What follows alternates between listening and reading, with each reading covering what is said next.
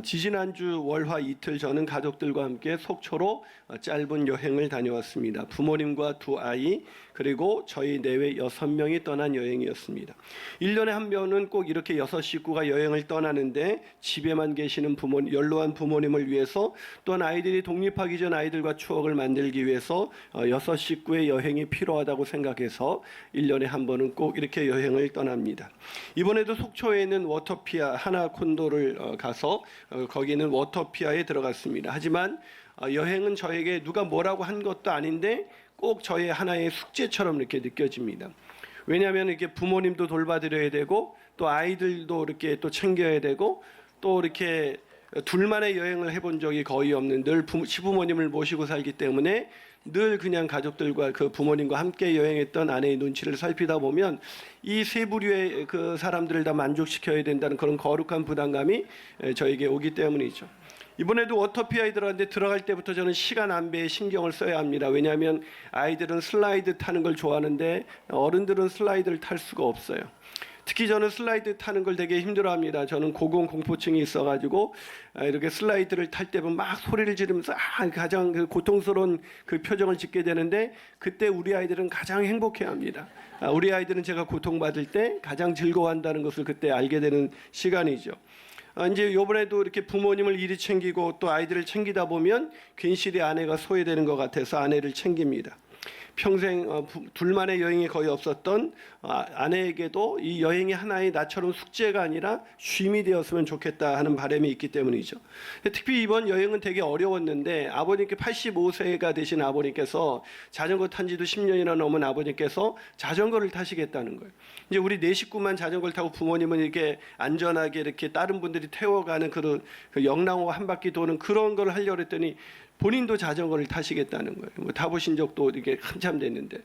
그래서 제가 얼마나 긴장하겠어요. 또 어머님은, 그러니까 어머님도 이제 저도 자전거를 못 타시니까 제 2인용 자전거를 빌려서 어머님을 뒤에 태우고 앞에 불안하게 가고 있는 아버지의 자전거를 이렇게 쫓아가는 저에게는 그 자전거 타기가 일생일대의 고역이었습니다. 근데 아버님이 타고 가시다가 안 오시고 쓰시는 거예요. 그래서 화장실 가셨다가 오셨길래 기다렸다가 다시 제가 먼저 출발했는데 아버지가 안 따라오시는 거예요.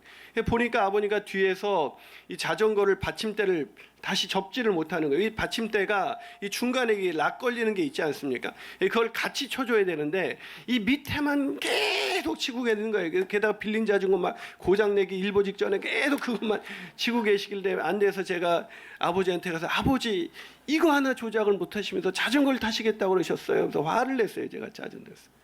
불효를 저지른 거죠. 사실 제가 그렇게 짜증낼 일도 아닌데 제가 왜 짜증을 냈나 이렇게 생각해 보니까 위험한 자전거를 이렇게 넘어지시면 큰일 난 이 자전거를 타시는 아버님이 불안하고 그 불안한 심리가 제 마음 가운데 가득 있다 보니까 그 한 장면을 보면서 제 마음속에 저도 모르게 이렇게 짜증을 내게 된 것이죠. 아버님이 한 번은 넘어지셨지만 그래도 무사히 자전거 타기를 완수할 수 있었습니다. 그냥 이틀 내내 운전하고 그렇게 불안하게 이쪽 고객도 만족시키고 저쪽 고객도 만족시키면서 돌아오는 제 마음속에는 이런 생각이 들었습니다. 여행을 떠난다고 다 안식하는 것은 아니구나 라는 생각을 하게 됐죠. 여러분 요즘 그 베스트셀러죠. 여행의 이유라는 책에서 김영하 작가가 제 마음을 아는 듯이 이렇게 얘기를 했습니다. 20세기 후반을 지나며 많이 간단해졌지만 그 전까지 여행은 언제나 시간과 비용이 많이 드는 일생일대의 고역이었다. 무슨 말입니까? 여행이 고통이라는 것이죠. 그런데도 사람들 실제로 여행이라는 이 영어 단어 트래블이라는 단어는 고통, 수고, 뭐 이런 노동, 뭐 이런 뜻이 있습니다. 원래 이 뜻이. 그러니까 여행은 고통이라는 것이죠. 그런데도 사람들이 왜 여행을 떠나는 것일까? 그에 대해서 김영하 씨가 그 책에서 인용한 데이비드 슬리즈는 이런 이야기를 합니다. 고통은 수시로 사람들이 사는 장소와 연관이 되고 그래서 그들은 여행의 필요성을 느끼는데 그것은 행복을 찾기 위해서가 아니라 자신들의 슬픔을 몽땅 흡수한 것처럼 보이는 그 물건들로부터 달아나기 위함이다.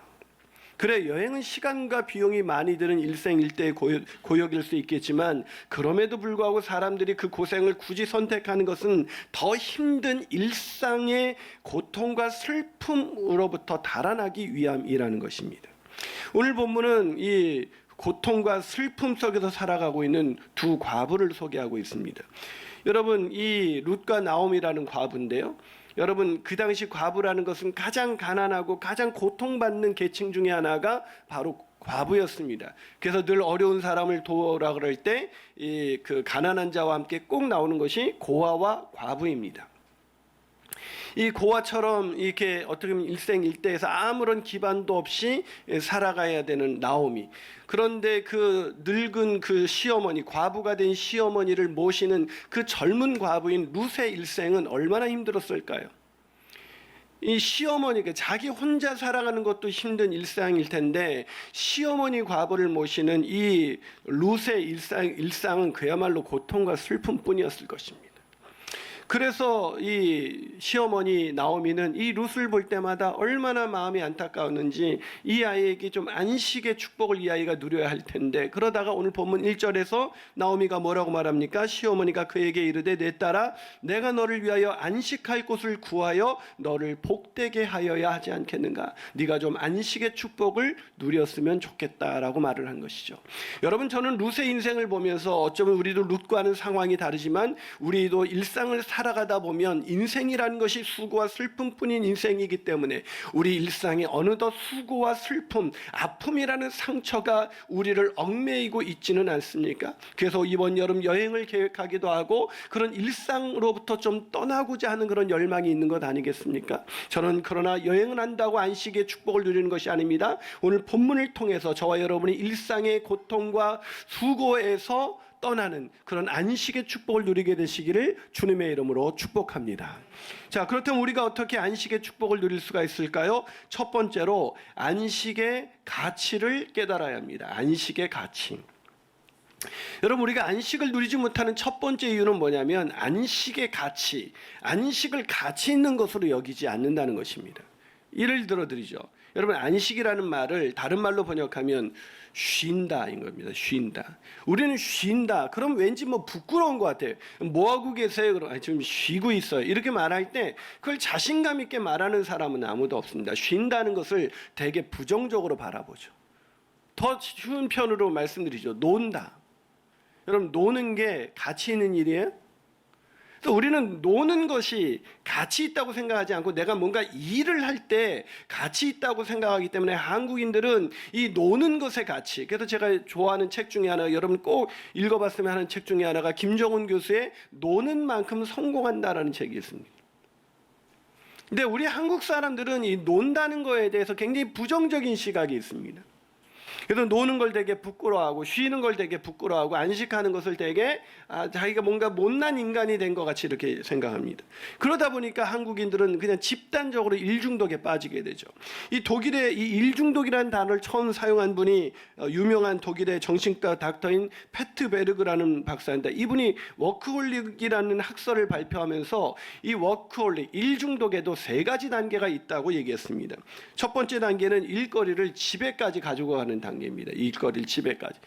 보통 우리가 다 하는 짓이죠. 집에까지 가지고 가서 일을 하죠. 두 번째 단계는 일중독에 걸렸다는 걸 알면서도 쉬지 못하는 단계입니다. 일중독에 걸렸으면 쉬어야 되는데 쉬지 못하는 것입니다. 마지막 단계는 일 때문에 몸이 망가졌는데도 쉬지 못하는 단계입니다. 제가 이 세 가지 단계를 보면서 나는 어떤 단계인가 이렇게 생각해 봤더니 저는 갈 때까지 간 마지막 단계이더라고요. 저도요, 지금 몸이 아픈 데가 한두 군데가 아니에요. 그래서 제가 지금 당장 병원에 가면 입원하라는 입원 진단이 나오는 사람인데도 오늘 제가 설교를 하고 있습니다. 그래서 하나님께 이렇게 따지는 기도를 드린 적이 있어요. 하나님께 충성했는데 왜 이렇게 몸이 아프게 하시나요? 그랬더니 하나님이 저에게 응답을 주시기를 그게 충성이냐 일중독이지 그러시더라고요. 여러분, 일중독이 충성이 아니에요. 쉬지 않고 일하는 게 충성이 아니에요. 우리는 쉬지 않고 일하는 것을 충성이라고 생각하는데 그렇지 않습니다. 여러분, 저같이 이렇게 현대인들은 그럼에도 불구하고 일중독, 일만이 가치 있는 것이 있다고 여겨서 계속 일에 집중하는 그런 현대인들을 빗댄 톨스토이의 단편 소설이 있습니다. 이 톨스토이는 왜 현대인들이 일중독에 빠지는지를 이 단편 소설을 통해서 잘 보여주는데, 이 주인공에게 한 사람이 내기를 겁니다. 해가 지기 전에 네가 출발한 장소로 다시 돌아오면 네가 밟는 모든 땅을 다 너에게 주겠다는 내기를 걸어요, 주인공한테. 이 주인공이 땅 부자가 되기 위해서 열심히 하루 종일 땅을 밟고 다닙니다. 왜? 땅을 밟고 다닌 모든 땅을 자기가 얻을 수 있으니까. 이곳에 가면 저곳이 보이고, 저곳에 가면 이곳이 보이고, 언덕에 올라가면 평지가 보이고, 평지에 내려가면 뭐 언덕이 보이니까 막 하루 종일 열심히 없이 뛰어다니는데 어느 순간 벌써 해가 서산으로 지기 시작하는 것입니다. 큰일 났지 않았습니까? 이 출발한 곳으로 다시 돌아와야 이것이 자기의 땅이 되기 때문에 이 사람이 사력을 다해서 죽을 힘을 다해서 자기가 돌아온 곳으로 달려가기 시작합니다. 그리고 마침내 자기가 출발한 곳으로 돌아오는데 성공합니다. 그러자 내기를 건 사람이 축하하네, 자네는 이제 큰 부자가 되었네 라고 말을 건넵니다. 그런데 이 말이 그 주인공이 이 땅에서 들었던 마지막 말이었습니다. 여러분, 안식하지 않는 인생은 죽은 인생입니다. 생명력이 없어요. 여러분, 일중독에 빠진 사람이 생기가 있는 걸 본 적이 있어요. 그 동태 눈깔이에요, 이미. 좀 너무 심한 표현을 썼나요? 그건 죽은 겁니다. 안식하지 않고 일하고 안식하지 않고 공부하는 거, 그건 죽는 거죠. 그래서 저는 애들한테 이렇게, 여러분 어떤 부모는 막 공부가 쉬운 줄 알아서 엄마가 다 뒷바라주는데 공부를 왜 못해? 그런 여러분을 왜 못했어요? 공부를 좀 한 사람들은 공부가 어려운 걸 알아요. 그래서 늘 애들한테 쉬었다 해라, 천천히 해라 이러죠. 그래서 저도 늘 애들한테 쉬었다 해라, 천천히 해라 이렇게 얘기해요. 근데 문제는 우리 애들이 너무 아직까지도 쉬고 있다는 거예요. 고등학교 2학년인데 우리 딸은 아직도 쉬고 있습니다. 여러분, 이 쉬었다 해라, 이게 되게 중요한 거예요. 남편에게도 여러분 천천히 하세요. 당신이 쉬어도 괜찮아요. 근데 우리는 남편이 쉴까 봐 두렵죠. 이 인간이 쉬면 안 되는데 회사에서 열심히 해가지고 잘해야 되는데요. 이런 생각이 있지 않습니까?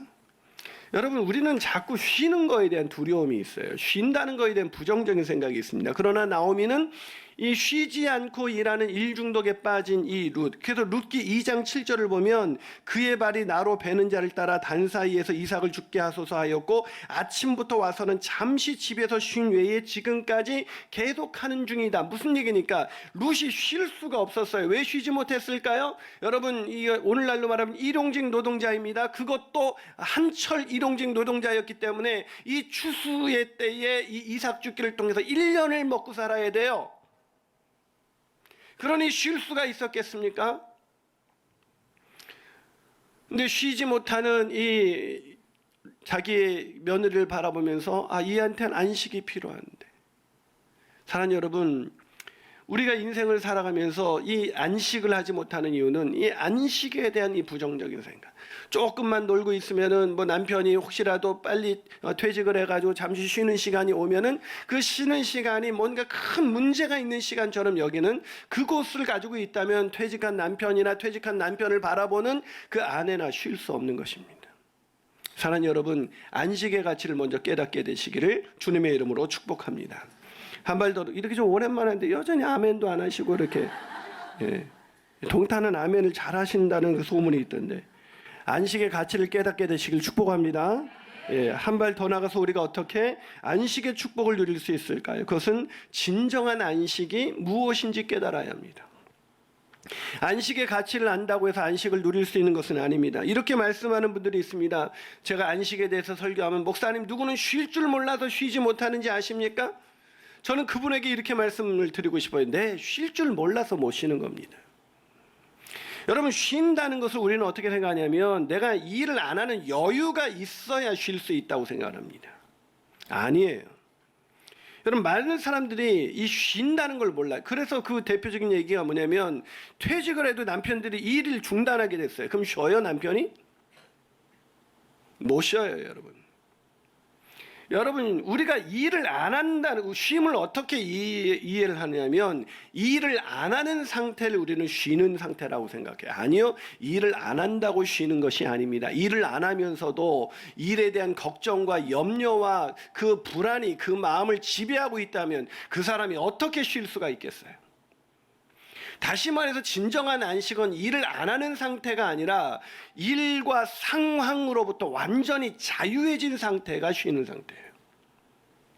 다시 말해서 일은 안 하고 있지만 여전히 내가 또다시 일거리를 잡아야 되는데, 여러분 아마 룻이 그러지 않았겠습니까? 룻이 이렇게 잠시 쉬었다고 성경은 기록되어 있어요. 안 쉰 게 아니에요. 잠시 쉰 후에. 그러나 그때도 룻은 쉬지 못했을 것입니다. 왜냐하면 내가 지금 이렇게 쉴 때가 아니지, 내가 나 혼자 먹고 사는 것도 아니고 이 과부가 이삭 주어서 사라가 1년을 버틸 수가, 나 혼자도 못 버티는데 우리 시어머니까지 책임져야 되니까 내가 이렇게 쉬어서는 안 되지 하면서 쉬는 순간에도 계속 일 생각만을 하고 있는 것이죠. 여러분, 이게 참 안타까운 거예요. 여러분, 쉰다는 것은 일을 그만두는 상태가 아니에요. 이 크리스천으로서 정신분석에 탁월한 이무석 박사라는 분이 있는데, 이분이 쓴 베스트셀러 가운데 30년 만에 휴식이라는 책이 있습니다. 이번 쉬는 시간에 꼭 이렇게 읽으시면 좋겠는데, 여기서 선 박사라는 주인공이 나오는데, 이분은 한마디로 성공한 일벌레입니다. 성공했지만 이 사람은 일중독자였어요. 한 번도 쉬신 적이 없습니다. 근데 어느 날 이 사람이 그 휴가를 가가지고 완전히 그 30분 동안 그냥 잠깐 쉰 것뿐인데 30년 만에 처음으로 쉰 것 같은 그런 기분이 드는 거예요. 생각해 보니까 그 책에서 이렇게 고백을 하고 있습니다. 바닷가에서 보낸 시간은 채 30분이 못 되었지만 나는 30여 평생 처음으로 휴식을 누린 것 같았어요. 눈물이 날 것 같았어요. 그리고 보니까 평소와 달리 휴가를 오면서 노트북도 가지고 오지 않았더라고요. 그 전에 휴가를 안 간 게 아니었습니다. 여행을 안 떠난 것이 아니었습니다. 그러나 여행을 떠나서도 계속해서 그 일 생각에 노트북을 끌어가지고 와서 그걸 어떻게든 해보려는 거예요. 여러분, 우리가 남자들하고 이렇게 교인들하고 여행을 떠나보면요, 목사님 죄송합니다 그러고 계속 고객과 통화하고 막 회사와 통화하는 그 사람들의 모습을 볼 때 안타까워요. 정말. 왜 휴가 가서도 그 전화를 받을까요?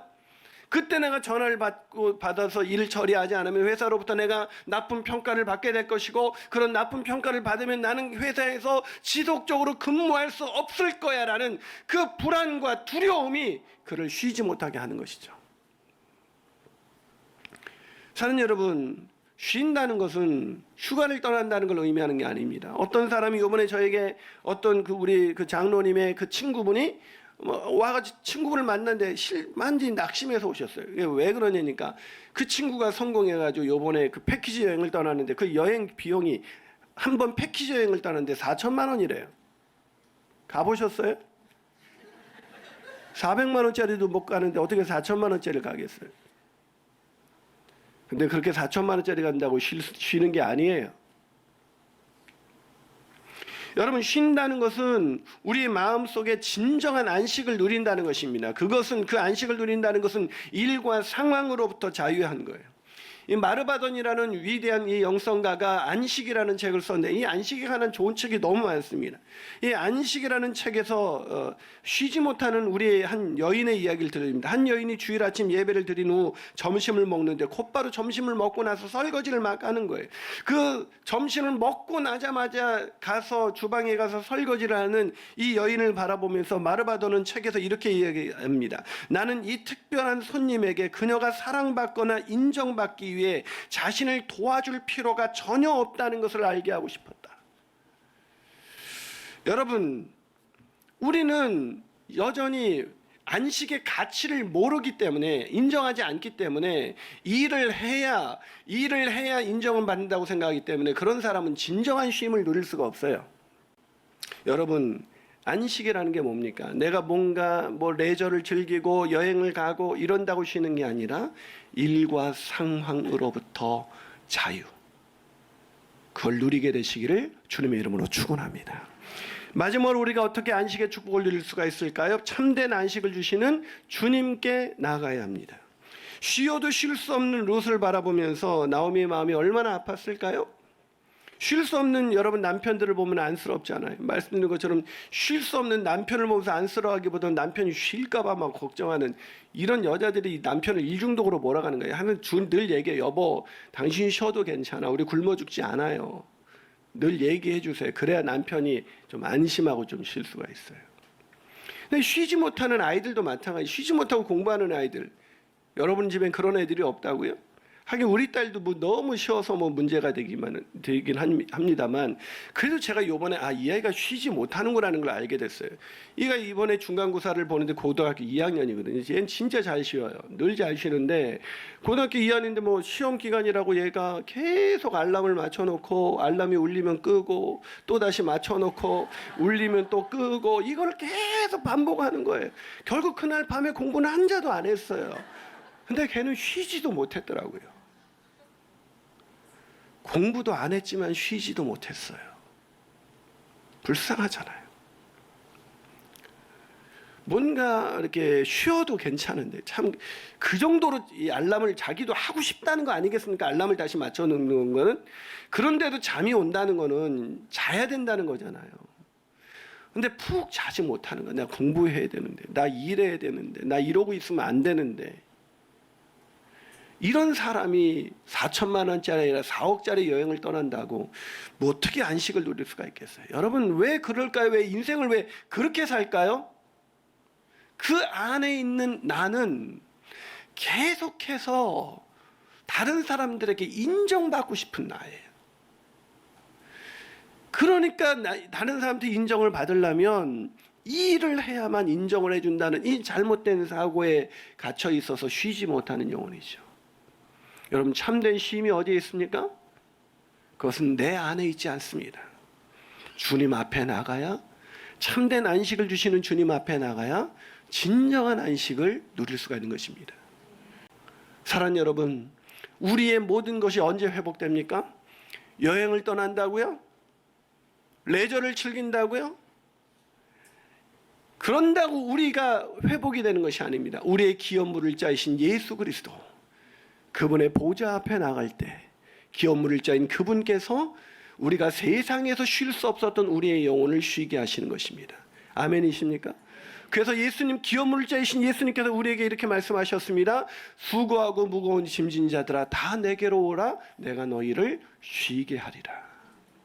사랑하는 여러분, 진정한 안식이 어디 있을까요?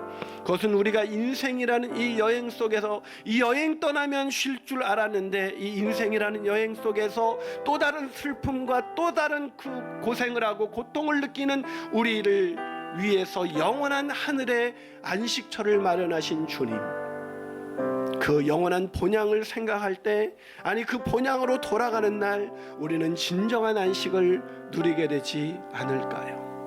그 안식의 날을 소망하면서 오늘 이 인생이라는 여행길을 떠나시는 저와 여러분이 되시기를 주님의 이름으로 축원합니다.